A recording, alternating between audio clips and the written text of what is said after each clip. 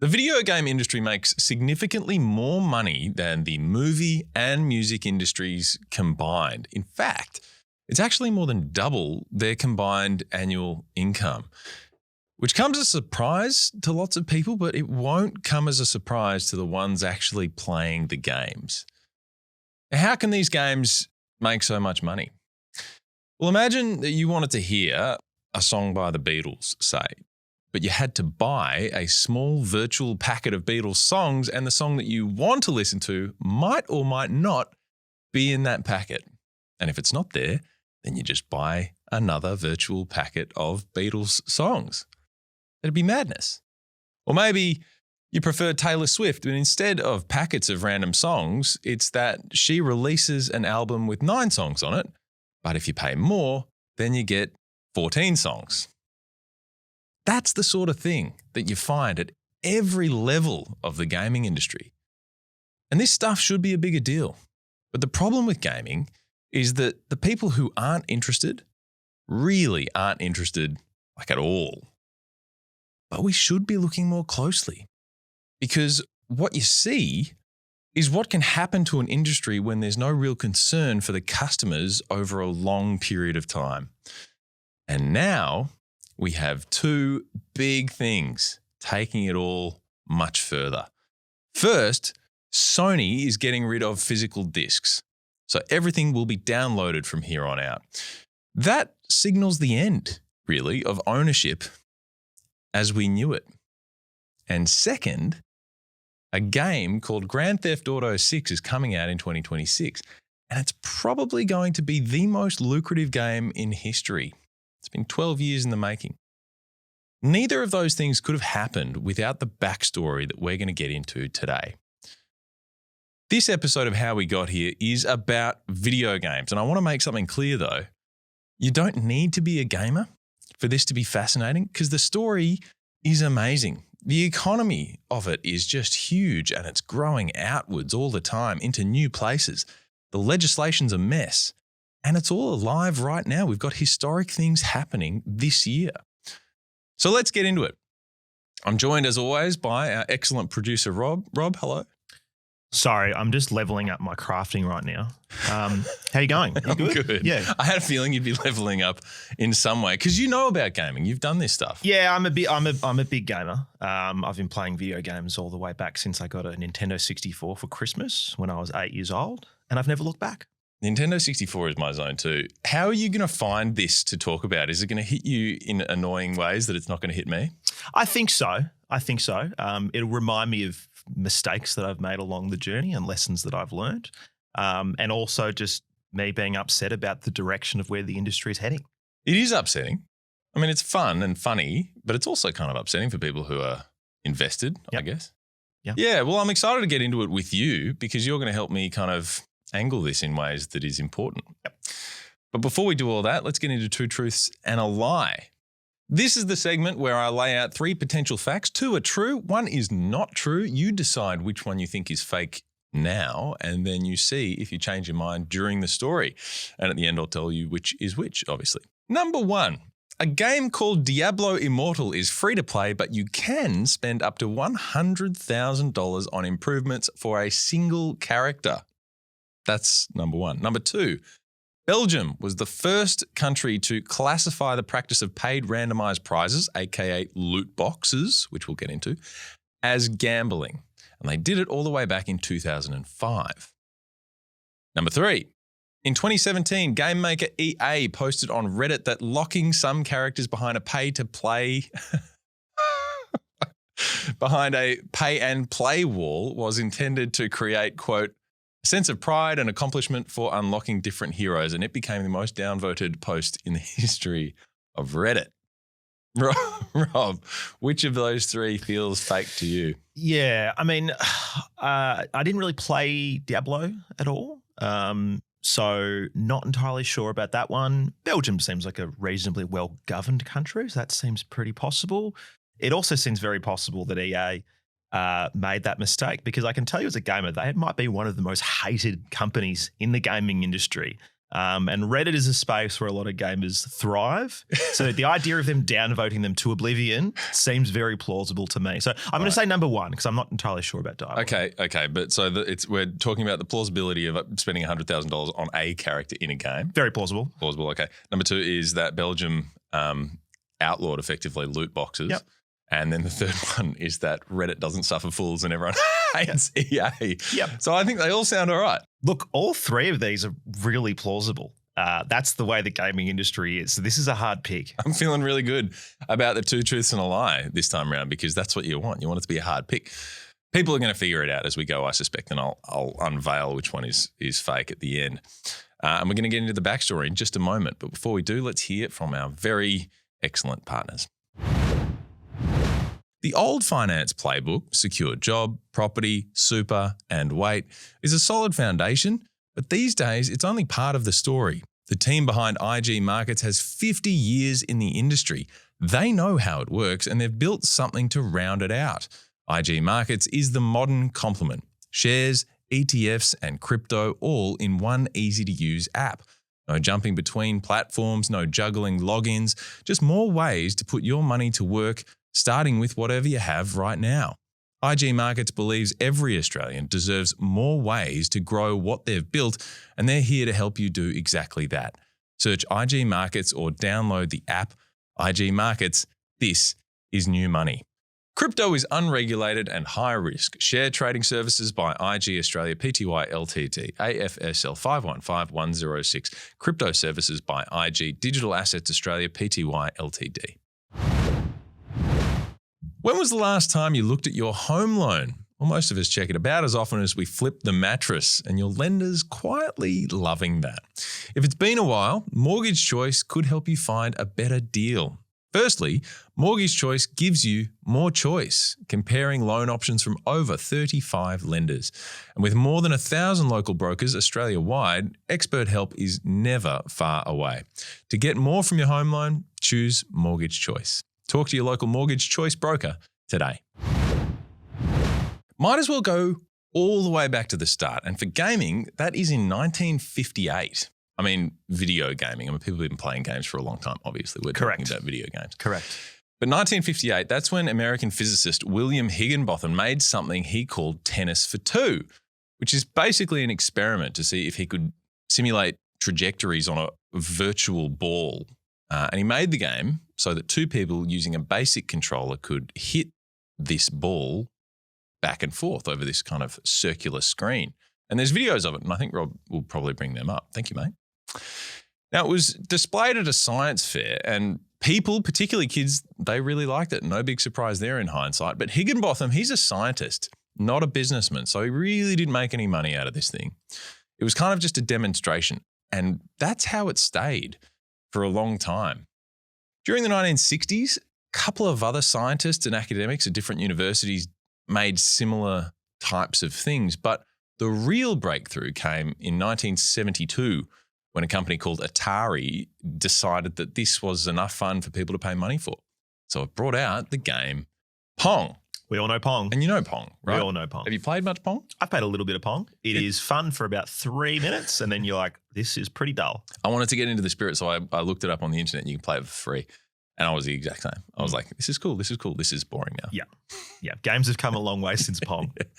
Yeah. I mean, little did I know, though, the nostalgia factor here is huge because if you wanted to buy a, restored original Pong machine, it's going to cost you like $4,000 or $5,000. Yeah. Nostalgia is a massive industry in gaming these days. Like, I'll have moments where suddenly I have an urge to play a game that I played when I was a kid, and my partner will be sitting there being like, this looks terrible. And I'm like, you just don't get it. You don't get it. You don't get it. Yeah. You don't get it. How far back are we talking? Like Nintendo 64 cartridges stuff? Yeah, 64. So like I played Super Nintendo because my cousins had it. I'll tell you a story. So my cousins had Doom on their Macintosh back in the day. I remember Doom, yeah. And I remember as being probably about 5 years old, I would go to my cousin's house and I'd sit there and play Doom. And I would play Doom for so long that I'd piss my pants. And this happened quite a few times. And looking back at it, I'm like, where was my parents? I'm 5 years old. I'm playing Doom, which is a first-person shooter, and I'm so addicted to it, I'm pissing myself. Red flag, Mum. Red flag. I'm never going to let you forget about this. This is so good. I'm so happy to know that. Yeah. I remember playing Doom at this is one of those things, isn't it? Like I remember playing Doom at my grandparents' next door neighbour's house when I was a kid. Didn't piss my pants, but I remember it being You clearly weren't as locked in as I was. I wasn't. That's so good. There's Doom. Anyway, talking about Pong, because other games sort of saw the success that Pong was getting at the time. This is the early 1970s, and the whole idea of arcade gaming kind of went global fairly quickly. In fact, by 1975, just a couple of years after it was invented, Atari sold 150,000 Pong units. So it really didn't take long at all, considering that people had basically no prior understanding at all of video games. But the whole system is pretty simple. Video game companies manufacture these games. It was the size of a small vending machine, and people put coins in to turn it on and to play. Now, the people buying these video games were really anyone who had a business where people needed to stand around and wait for a little while. So pizza parlors, convenience stores, bars, they all loved them because not only did you give people something to do, but they were also making about $40 US a day out of these machines, which is pretty solid money back in the 1970s. So by the late 1970s through to the 80s, dedicated video game arcades started popping up because more and more games were being released and the business case was developing. They were often racing coins for games. There's a venue near my house, not to completely dox myself, but they have an old school arcade there. And it's a lot of fun. Yeah, it's heaps of fun. They've got all the classics. Here's a question. Gaming's kind of fraught for kids. Would you take your kids to an arcade? I think I would. Yeah, like my son's not at that age yet. But there's a lot of good stuff there. I mean, you obviously want to keep them away probably from like the shooting and fighting games when they're young, but there's so many good games. And that's kind of also entwined with, the game we got to throw the basketball in the hoop and like air hockey and those sort of things. So they're all there in one place. And, the driving ones, you get to sit in the car or sit on the motorbike. Great. Totally. Fun. And Great from fun. a parenting perspective, it's kind of nice to be like, we're going to the game, play the game, then we leave and the game stays there. Yeah, correct. That's kind of nice. Yeah. That's a good thing. But then everything changes in 1985 because Nintendo brings out Super Mario for their home console. This was the first mass uptake of home gaming, and players could buy the game once, play it as many times as they wanted, no coins needed. It's still a pretty big purchase though, worth about $40 US for the game and about $200 US for the console, but families were going for it. And I mean, if you adjust that for inflation, $620 US for the console. Rob, how much does the console cost now? Yeah, if you're looking for, say, an Xbox, probably with less amount of storage, you're looking like $500-$600 Australian. Okay. If you're going for a PS5, like looking online now, probably a bit closer to $1,000. The big thing now with gaming consoles is the fact that it's storage. Yeah, right. And as we know, storage costs a lot of money. So that's really the big determining factor now. I suppose the point then becomes that it was expensive. Yeah. At the time. It's more expensive now, but not by the kind of the factors that you might expect. Yeah. Perhaps. Yeah. It's an interesting point. Growth continued in this space, obviously, for years, and that is the crux of what we're talking about. We're not talking about arcades. We're talking about home video gaming. And when I was a kid, as discussed, it was Nintendo 64. You kind of knew what you were getting. It wasn't particularly cheap, but you got the cartridges. You might save up. You might ask your parents. It was kind of pretty sort of linear in how that all worked. It was no downloading. It was very much a hard copy type of world, wasn't it? Yeah, exactly. Like I remember conversations with mum being at some sort of toy store and being like, I want this game. And she's like, give it 5 weeks and you can have that game. I wanted Mario Kart. We ended up with Diddy Kong Racing because it was cheaper. And as we've spoken about on a previous episode of this show, this was also a time that the video store could rent you these cartridges as well. So There was a big rental market too. I had a friend whose parents would buy them the game they wanted, put it on top of the fridge in sight and be like, you will work towards this. Wow. Which is kind of brutal. But now that I'm a parent, I'm like, that's genius. That's like a masterclass in delayed gratification and working towards a goal. Or you're just teaching your child deception because in the middle of the night, they're getting the ladder out, they're taking it down, they're playing it for a few hours and then they go put it back before when they go to bed. I'm learning more about it. I didn't even think about that. Yeah. But you could have totally done that and then just put it back. That's what I would have done. Rob, you were a naughty kid. I'm learning this about you. Then, as always happens, the internet ruined everything. The next chapter of gaming is kind of the one that we're still in. The games are now completely online, and that has made it possible for them to become marketplaces, able to accept payments. And what that means is that games stopped increasing in price. In some cases, they actually become cheaper or even free to get started. But the games start earning much, much more money from the people playing them. Now you have games like Roblox and Fortnite, which are free to download and start playing, but they have commercial systems in them that are widely regarded to be quite predatory and target kids sort of alone without their parents. That fridge system, it really doesn't work anymore. There is no barrier to entry, and parents have to be incredibly vigilant and aware in a way that they really didn't have to before. And the path the industry took here is fascinating. And it's kind of good for parents to know about. We're going to arrive at this destination today of what has happened, but we really do still have some backstory to get through so that we can kind of get there. Because the truth of it is, the video game companies didn't just clock on to this sort of stuff in the internet era. There have been hints that this was always the goal. I'm going to give you a couple of decades here quite quickly because I do want us to get up to present day. First example of pay to win really was a game in 1983. The game was called Lost Tomb. Standard arcade game where you go through pyramids and you fight off baddies with whips.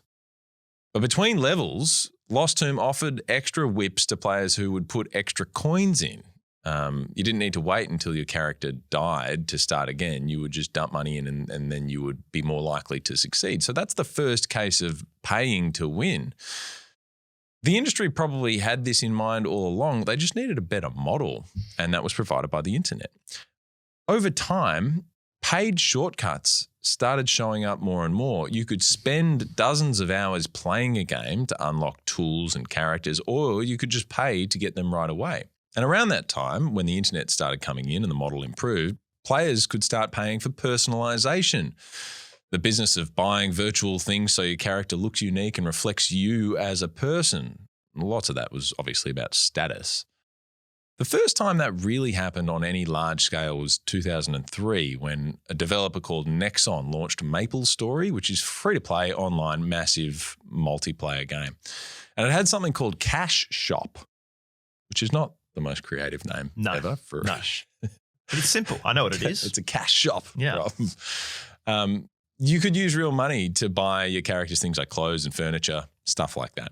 But Cash Shop also had something called a gachapon ticket. And I hope I'm saying that right because it's a Japanese word. Yeah. You put money in and you get a random item. Sometimes it's something that you want. Sometimes it's boring and lame and a bit of a dud.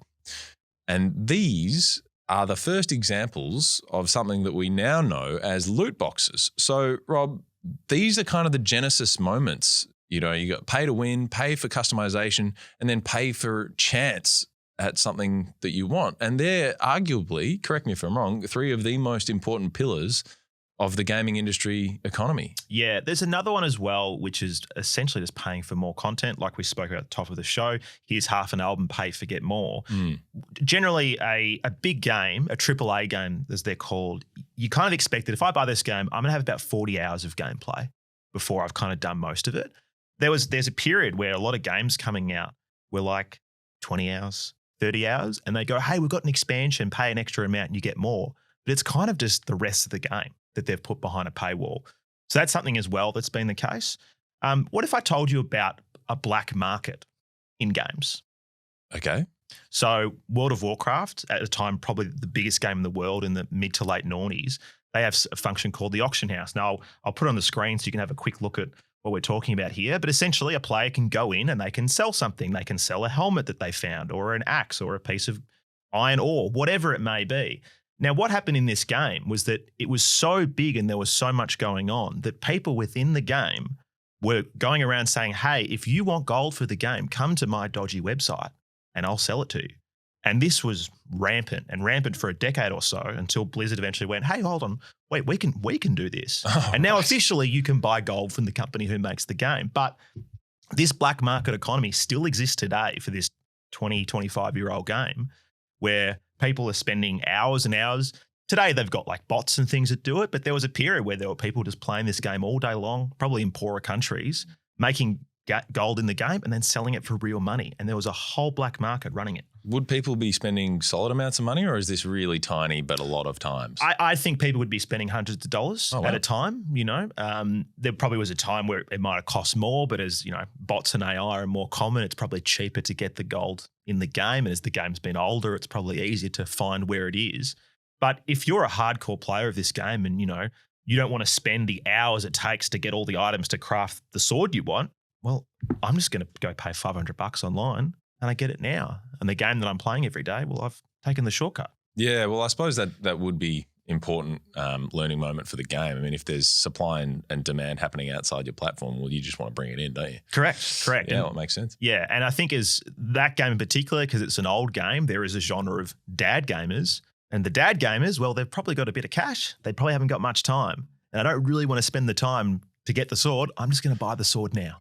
That's very interesting you talk about dad gamers, because we're going to get to that in a second. But what I think I'm learning as we're talking about this as well is that pay to win is annoying, but it's pretty linear. I mean, you want to do better, you pay the money. Paying for aesthetic changes to characters is also pretty straightforward. It's not great.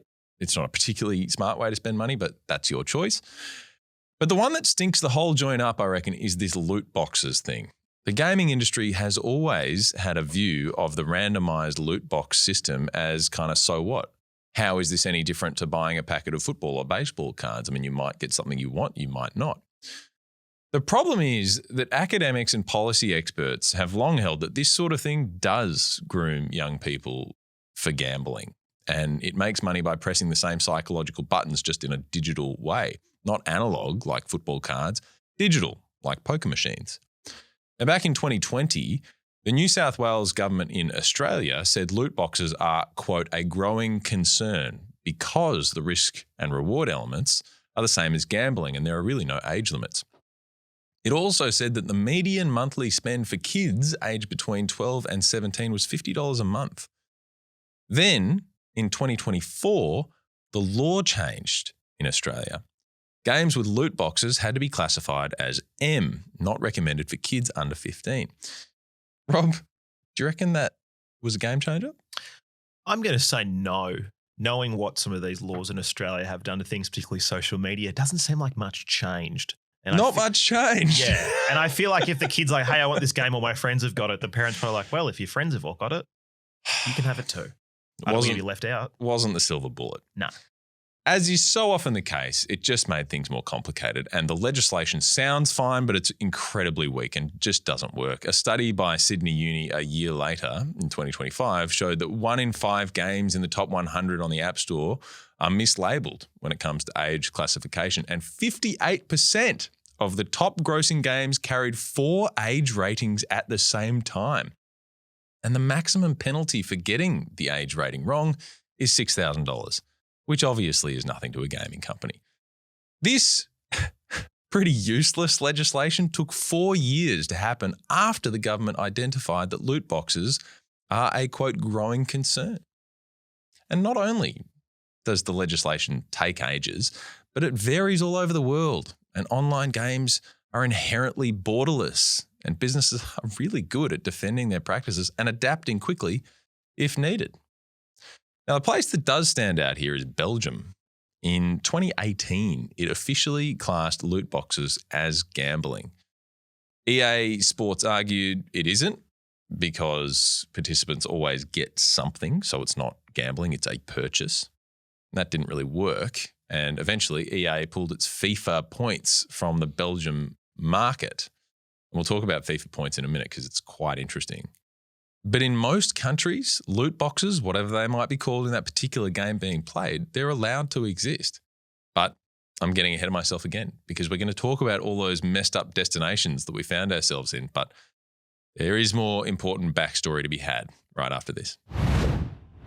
The old finance playbook, a steady job, property, super, and patience, got a lot right. It's just not the whole picture anymore. The team behind IG Markets has 50 years in the industry. They've watched that system change and they've built something to sit alongside it. IG Markets is that next piece. Shares, ETFs, and crypto all in one app. Simple, accessible, and designed for people who want to take a more active hand in what they're building. This is new money. IG Markets believes every Australian deserves more ways to invest, and they're here to help you find the way that suits you. Search IG Markets or download the app. IG Markets, this is new money. Crypto is unregulated and high risk. Share trading services by IG Australia Pty Ltd, AFSL 515106. Crypto services by IG Digital Assets Australia Pty Ltd. What if your home loan isn't as competitive as it used to be? Loyalty is a lovely thing, but let's face it, your bank has never sent you flowers for it. Mortgage Choice can help you find a better deal. With more choice from over 35 lenders, they'll compare your options and crunch the numbers for you. And with more than 1,000 brokers Australia-wide, expert help is never far away. Plus, because they're part of realestate.com.au, they know the property market. So when it's time to get more from your home loan, refinance with Mortgage Choice. Talk to your local Mortgage Choice broker today. Rob, I like your hat. It's a nice hat. Thanks. This is the hat that you get when you do 1,000 hours of podcasting. So it's a new achievement for me. Very proud of that. Good on you. I just bought mine for $5. Oh. Oh, okay. You see what I mean? Oh, yes. Welcome back. Electronic Arts, EA, is one of the biggest game publishers in the world. They also won Worst Company in America in 2012 and 2013, Rob. Who gets to vote for this? 2 years in a row. 2 years in a row. I don't actually know. Worst Company in America. Look, I don't know who votes for that. Yeah. But it sounds pretty rough. Yeah. You wouldn't want to have to wear that in the boardroom. Yeah. I feel like I'm trying to think the companies who would be repeat offenders. I reckon airlines would be in there a lot. I reckon like power companies would be in there a lot. Telcos, they'd probably cop it a bit. Yes, to all of that, I suspect. But yeah, EA, frequent flyer. Yeah, frequent flyer. In 2009, a couple of years before all this, EA made loot boxes a core part of their business, particularly for its sports games like FIFA, incredibly popular soccer and flash football game. I mean, we say soccer. Yes. But I don't want people to get mad at me because I'm doing that. Yes, it's okay. I've played a lot of FIFA, so I'm an expert on this. Okay, good. I'm gonna use you on that then. So it called them FIFA Ultimate Team Packs. Foot packs, Rob? Yeah, foot packs. So basically everyone, if you've ever played any sort of fantasy sports, that's what it essentially is. But instead of you playing with a team, here's Arsenal, here's the team, here's Real Madrid, here's the team, you can create a fantasy team and you create it through playing more and getting points. Right. So you can use those points and trade them for like a Messi or a Ronaldo or whoever you want, except, you can't just pick them. No. You have to gamble using that in-game points currency. And the more expensive the pack, the better your odds. So you could spend $1, you could spend $25, but still no guarantees on what you're going to get in that pack, Rob? Yeah, they had, from my memory, they had like a bronze, silver and gold pack. And essentially that if you had a gold pack, it guaranteed you one gold player of some level who was going to be in your team. And they had a big dramatic visual when you found out who your player was. And there's a lot of really funny videos of people going, oh my God, it's this club, this nation, it's going to be Ronaldo. And it's just another Portuguese guy. So very entertaining to watch. Just another Portuguese guy. I'm sorry to all the amazing Portuguese footballers out there. I'm sure there are great ones. I don't know who they are. I only know one. So that just sort of illustrates the point, I guess. Yeah. And here are the psychological layers that legislators identified years later, but really have never done that much about. The first is that the money is clouded. You don't spend dollars or euros. You spend FC points that you buy with those real currencies. That helps detach the purchase from reality in our minds. Second layer here is that the purchases are randomized. So this is a slot machine and it provides a very similar adrenaline spike and makes you want to do it again and again and again. Third one, a lot of the best items have time limits, only available short window. I mean, this is artificial scarcity, of course, because there is absolutely no real limit on a virtual item. All of this stuff just feeds into a dark psychological system.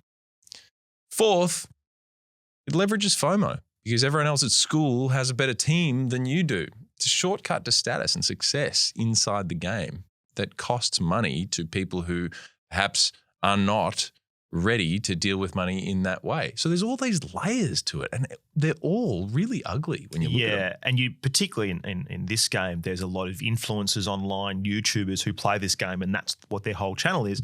And they've probably got a little bit of money behind them. So you see the videos of them getting Messi and Haaland and Mbappe, but you're down the other end of it and you're like, oh, wow, they got this player. And you don't realize that either they've been paid to do this or they've spent lots of money themselves to make sure that they get the best player and they make their video. Yeah, right. I really don't like it.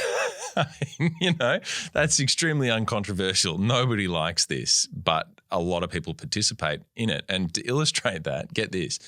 In 2017, EA released this Star Wars game, Battlefront 2, but the main characters like Darth Vader, they were locked behind this in-game currency system. You needed 60,000 credits to unlock Vader, which worked out to be about 40 hours of game time minimum, or cash. And people were upset about this. EA responded to the backlash on Reddit with the following statement, and I quote, "The intent is to provide players with a sense of pride and accomplishment for unlocking different heroes." Rob, 600,000 downvotes. It became the most downvoted comment in history of Reddit by a very wide margin. Yes. Gamers don't like this sort of stuff. Can you imagine the person who was like going into the meeting being like, hey, we're getting a bit of flack online about this decision for the Star Wars game. And then someone's going, oh, I'll just clear it up real fast. Let me just let me just tell them why it's good. Yeah, exactly. No, you need to spend more money, everyone. And then like solemnly a couple of days later, they're like, how did that post go? That was not good. I'm resigning. Not well received. Yeah. EA actually ended up backing down on that one. They removed the microtransactions from the game before full release. But if we're keeping score, in the year to March 2024, EA made more than 2.5 times more money selling things inside the games as from selling the games themselves. The scandals really don't change anything. But there is a small fact that kind of helps me feel slightly better about all this. Because you might be thinking, yeah, but who's actually spending this money? Is it everyone? And the short answer is no. In fact, it's not many people. In GTA Online, which is this hugely popular game, the one where there's a new version coming out this year that's been 12 years in the making, absolutely enormous. In the last version of that, only 4% of active players spend any money at all beyond buying the base game. But those 4%, they spend a lot. And the industry calls these people whales, which is the exact same term and the exact same vibe as high rollers at blackjack tables. A small number of people spending a lot of money, and it's across the board. Same number when it comes to Candy Crush, which is the hugely popular mobile game. Only 4% of people spend money in that, but it earns about $1 billion in revenue a year. And Rob, this kind of changes how I think about this whole system. And it makes it feel even more like a casino to me. Yeah, it is very casino-y. And I think for those people playing it, it's like, well, if I'm spending 10, 15 hours on this game per week, well, this is my hobby. Why wouldn't I spend money on it? But then it's just that constant draw of you might win this, you might get this. And then you get it, and then you don't really get much gratification from it. And it's probably, that's right. And it's probably people who maybe have a bit of a problem with this sort of thing. Yep. Targets them in similar sorts of ways, I suspect. I mean, if you or I spend a little bit of money in the game, then sure, I mean, that's fine. But the whole system, what we're learning is that it works best when it finds a small number of people with compulsive tendencies. Maybe they're going through something and maybe they're young, or maybe they're a bit older and they have the money to spend and they're making some objectively bad choices. Yep. I think it's safe to say. Yep. And there's really no risk that they'll win anything of actual value like they could at a casino. The amounts of money can be huge. Now, Diablo Immortal, released in 2022, charges $4.50 every time you want to run through a dungeon with a chance at rare loot for the game. A free player could do this about 3 times a month, but one analysis found that in order to max out a character, you would need to spend about $100,000 which you could do.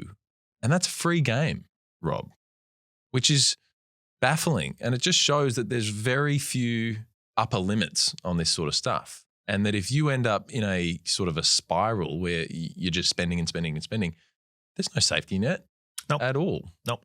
Dangerous. Nothing to stop you. Dark. Very.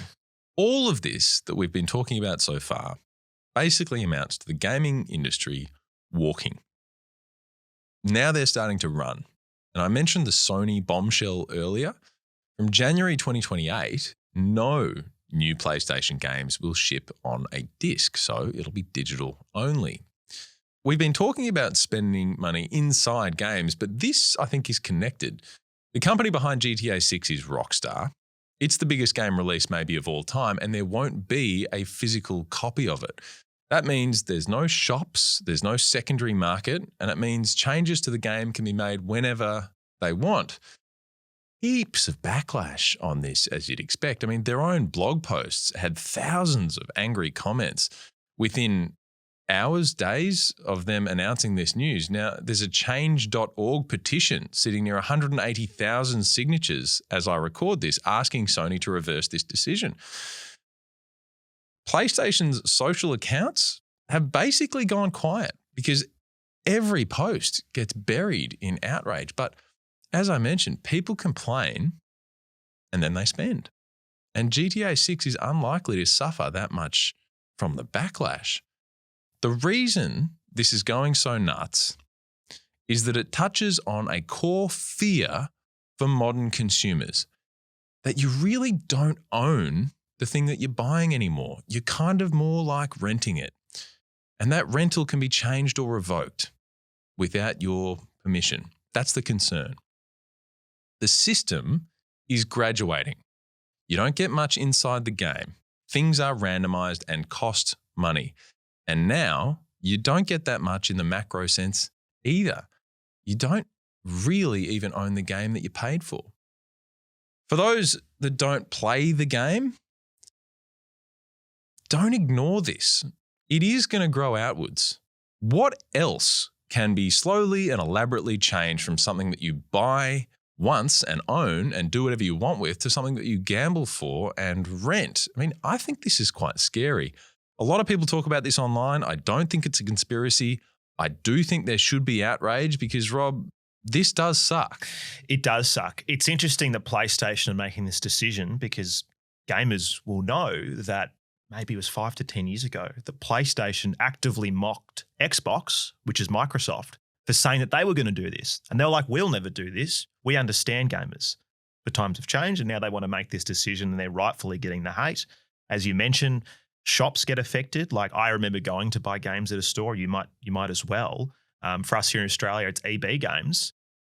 Go walk into a game store today and you'll see that it's mainly board games and merchandise and dolls and things like that because the video games are disappearing because predominantly they can only be bought online. Yeah, it's difficult to have any local anything attached to this, including the legislation, as we've sort of talked about earlier. A lot of this stuff now just exists in the ether. Yeah, because there was a time when internet gaming was taking off that the concern was that it was actually killing the shared console. So you would come around to my house, we'd sit there, we'd play Mario Kart. Online gaming meant, no, you can't play with someone else in the room. They have to be on their own device somewhere else and you play with them. So that was the first step. And now it's taking away, like you said, selling it secondhand, which for some people, they might not be able to afford new games. And if games are popular, they'll stay at their full price for a long time. Whereas, your stores, someone can go and say, hey, I've played GTA now. I don't need it. Sell it on to the next person. Yeah, it's an incredible rate of change, which is happening right now. And I think the point is, look backwards and you see the GTA 5 made $5 billion over 13 years, online only, and only 4% of the players were spending the money. That information, by the way, is according to a breach of Rockstar's own data. The task of GTA 6 will unquestionably be to improve all of those numbers. It'll want more people spending. It'll want them spending more money, and it'll be wanting them to spend the money in the game for longer than 13 years. It's the sort of thing where you want to say, be careful. And Rob, I really haven't said that very much in this series, but this episode freaks me out a bit. Yeah, it is concerning. And as I said off the top of the show, for parents out there who have kids that may be coming into gaming age, this is something to be aware of, because gaming only gets more popular every year. The younger generations are the ones who are going to be playing it the most.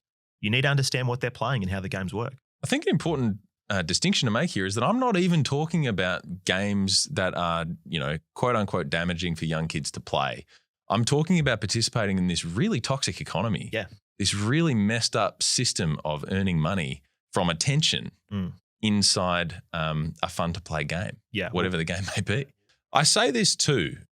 There are some businesses that are not doing this, and it's important to say. In 2023, Baldur's Gate 3, is that Baldur's Gate? Baldur's Gate. It's a really good game. It's a really good game. Am I doing an okay job of covering up the fact that I don't play that many games? I think you're doing okay. Am I doing medium? I'm here to support. Thank you, because I suspect that there's going to be a few people in the comments being like, oh, Jesus. Yeah. Baldur's Gate 3, really good game. Okay. Loved it. I played it a lot. It was awesome. So the reason I like that game without having actually played it is that it had near perfect review scores I have read online. One of the things critics and players praised consistently alongside everything else was the fact that it had no microtransactions, no loot boxes. You buy the game, you play the game, and that's it. And this particular game sold over 20 million copies. So maybe there is a bit of a pendulum here. Swings hard one way, and then collective willpower and some brave business people swing it the other way. And that's what you hope. I don't know, though. Yeah, it's hard. I'll give you another example of a positive story. At least I'd view it as positive. So there's a game called Dota 2, which has been around for a long time. Now, Dota 2 is a free-to-play game. Like a lot of these games, it has little microtransactions, so you can buy your little funny hat for your character and whatever you want. They every year would put out something called a compendium, which was all these little games within the game where you could get your funny hats for your characters or your fancy sword. Wouldn't make your character any better or worse. It just looked different. That was massive. And what they did was they took that money and they pushed it into an esports scene, a pro scene. Now, they had a big tournament called the International. How much do you think the biggest prize was when it was at their absolute peak? I couldn't even ballpark that. What? So it was a $41 million prize between, I think, 16 teams, and the first team probably took a race 17 or 18 million. So all this money was essentially crowdfunded. People who love the game, love watching people play it, love the community that it fostered, and they would put the money in, it would go to the pro scene, and people would get to watch these grand tournaments in stadiums, and people would win money, and it was great. It was really good. The game's declined since then, and it's not as bigger money, but I'd like to think that that's a good story of this, where it fostered something new, it created more stuff. But much like Baldur's Gate 3, these things aren't that common. For people who are not active gamers and need a little bit of hand-holding through this sort of stuff, I mean, I'm absolutely on your team here. And it's important to say that there is a huge esports world of people watching people play these games. Yeah. When I was a kid, it was like you watched your older brother and his mates play the game, and that was kind of, you'd be up for that. It was kind of fun. But now there's this enormous world of that. Yeah, exactly. You've got streamers who will just play generally, they'll play any game and you just watch one person playing. But then there's also the competitive scene. So FIFA or EA Sports FC we've spoken about, huge competitive scene. Shooting games, your Counter-Strikes, your Call of Duty is a competitive scene. Going back to games like StarCraft, which is a very old game, had a massive competitive scene. And again, people like watching the best people of these games, much like watching actual athletes play and get around this. And for some games, it's like, how can we get money into these scenes because they exist? And it can't all be through sponsorships. So often crowdfunding is the way to go. Well, there's some nice examples. It's not all bad, I suppose. But here's where I land on this episode. Hopeful, but freaked out. The more I research this world, the more worried I get. And I say to parents, if you aren't already, check on your kids. Make sure you know the business models of the games that they're playing. There's a lot of attention on the types of games, but make sure you know how this game is earning money out of your kid. If you're a player, remember the game is built to get you to spend money without thinking as fast as possible. And it is, for a lot of games, increasingly like a casino. And if you're a regulator, Belgium figured this out in 2018. That was a while ago now, though.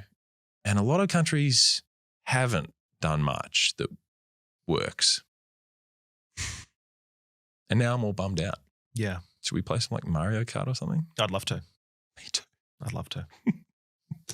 But before we do that, let's do the 2 truths and a lie. Reveal, Rob. Yep.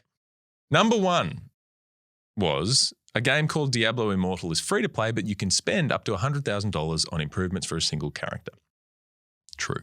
Yep. Wild. New hat. They get a new hat. You get the hat. Yeah. My goodness. It is a theoretical one. I'm not sure anyone's actually spent $100,000, but it's true in theory. Now, number 2, Belgium was the first to classify the practice of paid randomized prizes, aka loot boxes, as gambling, and they did it all the way back in 2005. That's the lie, Rob. They did do it, but they did it way later in 2018. Still, well done, Belgium. Well done, Belgium. I say. Yep. Number 3, in 2017, game maker EA posted on Reddit that locking some characters behind a pay and play wall was intended to, quote, give a sense of pride and accomplishment for unlocking the different heroes, and it became the most downvoted post in the history of Reddit. Hilarious. True. So funny. So funny. So funny. God. Rob, you know this world. I've been waiting for this through the chat. Final thoughts?